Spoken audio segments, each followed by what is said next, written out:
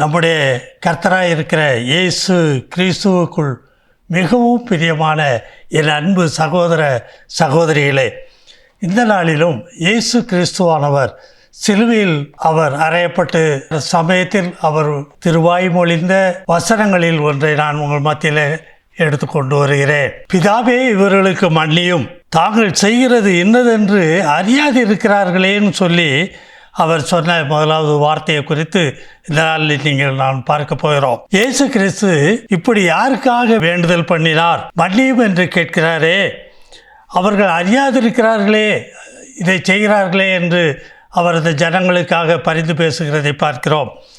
அது அந்த நாளில் மாத்திரமல்ல, இன்றைக்கும் இந்த வார்த்தையை இயேசு கிறிஸ்து பிதாவினுடைய வலது பார்சத்திலே அமர்ந்து கொண்டு நமக்காக பரிந்து பேசிக்கொண்டே இருக்கிறார். இந்த வார்த்தை ஒரு தடவை மாத்திரம் சொன்னதோடு நிறுத்தவில்லை. இந்த நாளில் இதை பார்க்க போகிறோம். யோவான் எழுதின சுவிசேஷம் 17:9 நான் அவர்களுக்காக வேண்டிக் கொள்கிறேன். எவர்களுக்காக? உலகத்துக்காக நான் வேண்டிக் கொள்ளாமல், கண்ணில் இச்சை, மாம்சத்தின் இச்சை, ஜீவனத்தின் பெருமையிலேயே வாழ்கிற அந்த ஜனங்களுக்காக நான் வேண்டிக் கொள்ளாமல். யாருக்காக வேண்டிக் கொள்கிறாரா?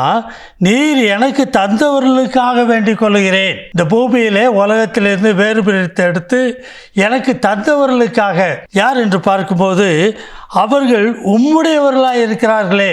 பிதாவே, உம்முடையவர்களாய் இருக்கிறார்கள், இவர்களுக்காக நான் முதலாவது வேண்டிக் கொள்கிறேன் என்று சொல்கிறார். அவர் வேண்டிக் கொண்டது அவருடைய சீஷர்களுக்கு மாத்திரமல்ல, நமக்காக வேண்டிக் கொண்டார் என்ற வேதத்தில் பார்க்கிறோம். யோவான் 17:12 இப்படி பார்க்கிறோம், நான் அவர்களுடனே கூட உலகத்தில் இருக்கையில், சீஷர்களோடு கூட இந்த உலகத்திலே நான் ஜீவித்திருந்த நாட்களில் கடைசி நாளாவது சிலுவையை தொங்கி சிறிது நேரத்தில் மறிக்கப் போகிறார். ஆகவே இப்படி சொல்லுகிறார், அவர்களை உம்முடைய நாமத்தினாலே காத்து கொண்டேன். உலகத்தில் நீர் எனக்கு தந்தவர்களை காத்து கொண்டு வந்தேன். வேத வாக்கியம் நிறைவேறத்தக்கதாக ஒரே ஒருவன், கேட்டின் மகன், சத்ருவாய பிசாசானவுடைய மகன் என்றவர் சொல்லுகிறார், அவன் கெட்டு போனானே அல்லாமல் அவர்களில் ஒருவனும் கெட்டு போகவில்லை. லூக்கா 22:31 பார்க்கிறீங்க. பின்னும் கர்த்தர், சீமோனே சீமோனே, இதோ கோதுமையை சொலகினால் புடைக்கிறது போல சாத்தான் உங்களை, சீஷர்களாகிய உங்கள் எல்லோரையும் புடைக்கிறதுக்கு உத்தரவு கேட்டுக்கொண்டார். அதனால தான் இயேசு இப்படி சொல்கிறார், பிதாவே, இவர்களுக்கு மன்னியும். என்ன? ஏன்னா எல்லாரும் ஓடி போனாங்க. கவனமாக கவனிச்சிங்கன்னா உங்களுக்கு புரியும். மத்திய 20:17-19 வரையில் உள்ள வசனங்களை வாசிப்பீர்களே. ஆனால் இயேசு எருசலேமுக்கு போகும்போது இந்த 12 பேரையும் தனியே அழைத்து, பிரதான ஆசாரியர்களாலும் வேத பாரகர்களாலும் நான் இந்த ஜனத்தின் மத்தியிலே, அந்நிய ஜனங்கள் கையில், யூத ஜனங்கள் அல்லாதவர்கள் கையில் சிலுவையில் அறையும்படிக்கு ஒப்பு கொடுக்கப்பட போகிறேன். அவர்கள் என்னை பரியாசம் பண்ணுவார்கள், வாரினால் அடிப்பார்கள், சிலுவையில் அறையவும் செய்வார்கள் என்று சொல்லி இந்த பிரஜாதி ஜனங்கள் மத்தியிலே என்னை ஒப்பு கொடுப்பார்கள் என்றெல்லாம் அவங்களுக்கு விளக்கி சொல்லியிருந்தும் அவர்கள் அதை சரியாக அறிந்து கொள்ளவில்லை. சீஷர்கள் புரிந்து கொள்ளவில்லை, உணர்வு அடையலை. காரணம் என்னன்னு சொன்னால், எல்லாரும் மாம்சத்தில் இருந்தார்கள். இயேசு கிறிஸ்து மரித்து உயிர்த்தெழுகிற வரையிலும் எல்லா ஜனங்களும் மாம்சத்தில் இருந்தார்கள். அதை பார்க்க போகிறோம்.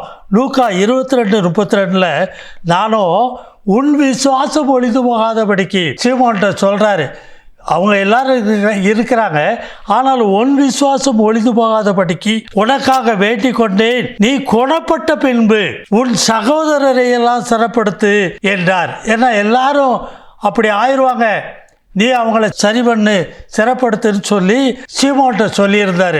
முதல்ல சீஷர்களுக்காக ஜெபிக்கிறார். ஏன் அப்படி ஆயிடுது? எல்லாரும் அவரை விட்டு போனார்கள். எல்லாரை எல்லா ஜனங்களை பார்க்கலும் இந்த ஜனங்கள், இந்த சீஷர்கள் அவர் செய்த அற்புதங்கள், அடையாளங்கள் எல்லாவற்றிற்கும் அவர்கள் கண்கூட சாட்சியாய் இருந்தார்கள். மருத்துவரை உயிர்த்து எழுப்பினார். ஐயா, நிறைய அற்புதங்களை செய்தார் இவர்களுக்கு முன்பாக. ஆனாலும் கூட அவரை சரியாக ஏற்றுக்கொள்ள முடியல. அவரை அறிக்கை பண்ணினார்கள். தேவனாலே அனுப்பப்பட்ட தேவனுடைய குமாரன் என்று சீமோன் வரையிலும் சாட்சி சொன்னான். ஆனாலும் கூட அவர்களாலே அதை சரியாக அறிந்து கொள்ள முடியவில்லை. காரணம் என்னன்னு பார்த்தீங்கன்னா, பிரசங்கியின் புஸ்தகம் 8:6 பார்த்தீங்கன்னா, எல்லா காரியத்துக்கும் காலமும் நியாயமும் உண்டு, இவர் ஏன் இப்படி சிலுவையில் அறையப்படணும், இவர் ஏன் இப்படி மறிக்கணும் என்று சொல்லி அவர்கள் கவலைப்படுகிறார்கள்.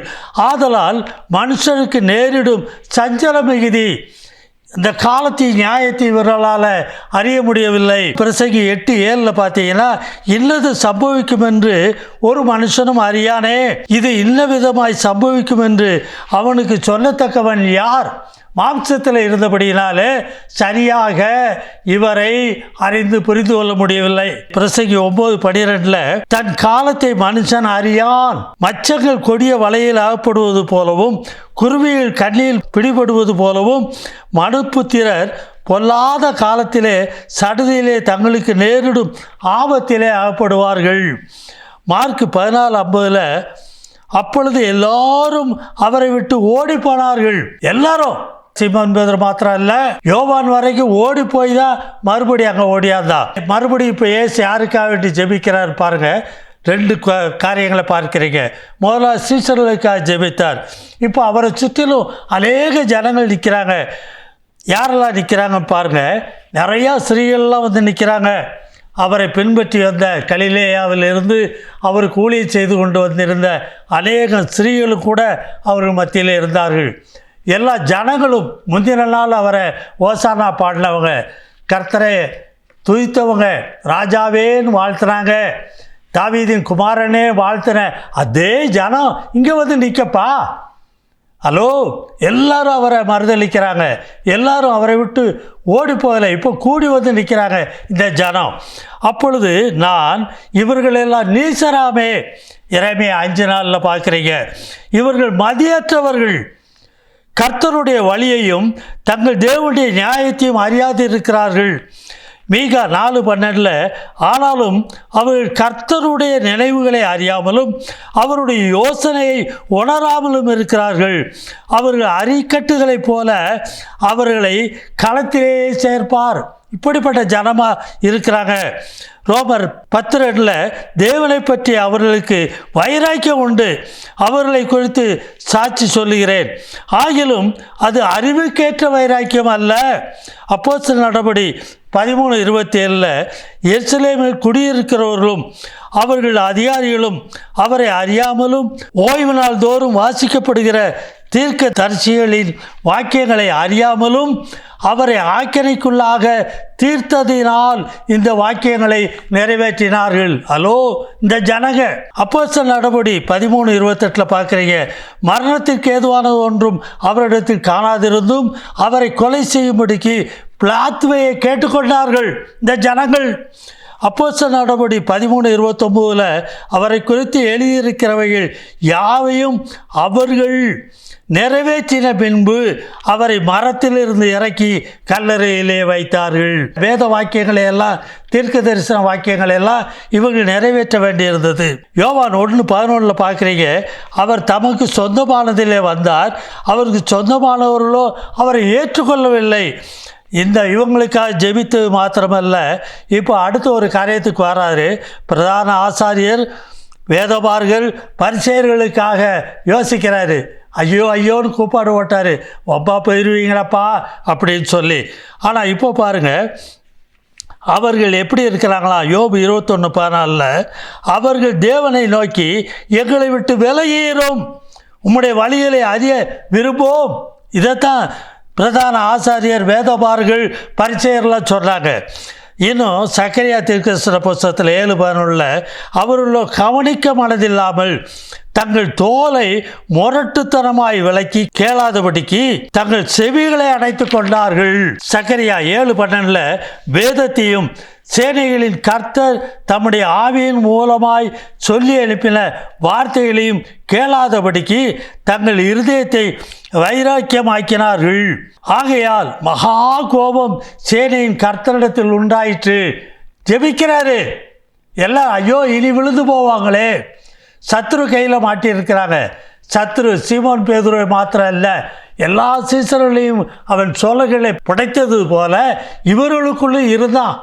இவர்களுக்குள்ளும் சத்ரு புகுந்திருந்தான், ஜனங்களுக்குள்ளும் சத்ரு புகுந்திருந்தான். எல்லாரும் மாம்சத்தில் இருந்தார்கள். ஆனால் இயேசு கிறிஸ்து இந்த சிலுவையிலே தன்னுடைய மாம்சத்தின் வழியாக எல்லாவற்றையும் ஜெயிக்க வேண்டி இருக்குது. ஆகவே எங்க பார்க்கிறீங்க மத்தேயு 13:5 இந்த ஜனங்கள் கண்களினால் காணாமலும் தங்களுடைய காதுகளினால் கேளாமலும் இருதயத்தினால் உணர்ந்து மனம் திரும்பாமலும் நான் அவர்களை ஆரோக்கியம் ஆக்காமலும் இருக்கும்படியாக அவர்கள் இருதயம் கொழுத்து இருக்கிறது, காதால் மந்தமாய் கேட்டாங்க, தங்கள் கண்களை மூடிக்கொண்டார்கள். எத்தனை அற்புத அடையாளத்தை அவங்க மத்தியில செஞ்சேன், எத்தனை வியாதிக்காரர்களை நான் சுகமாக்கினேன், எத்தனை மரித்தோரை நான் உயிர் தெளிப்பினேன், எத்தனை ஜனங்களுக்கு ஆகாரத்தை பங்கிட்டு கொடுத்தேன், 5 அப்பா 2 மீன். ஆனாலும் உணர்வு இல்லாம இருந்தாங்க.